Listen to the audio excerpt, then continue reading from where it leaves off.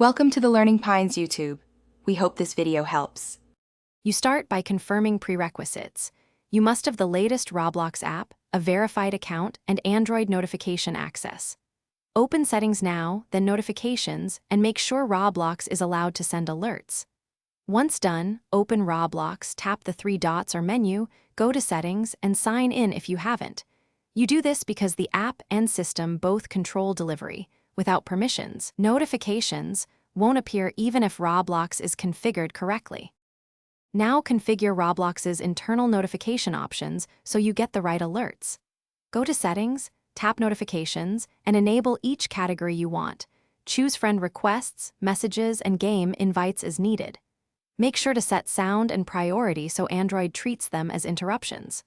Once set, return to Android settings and check app notifications for Roblox.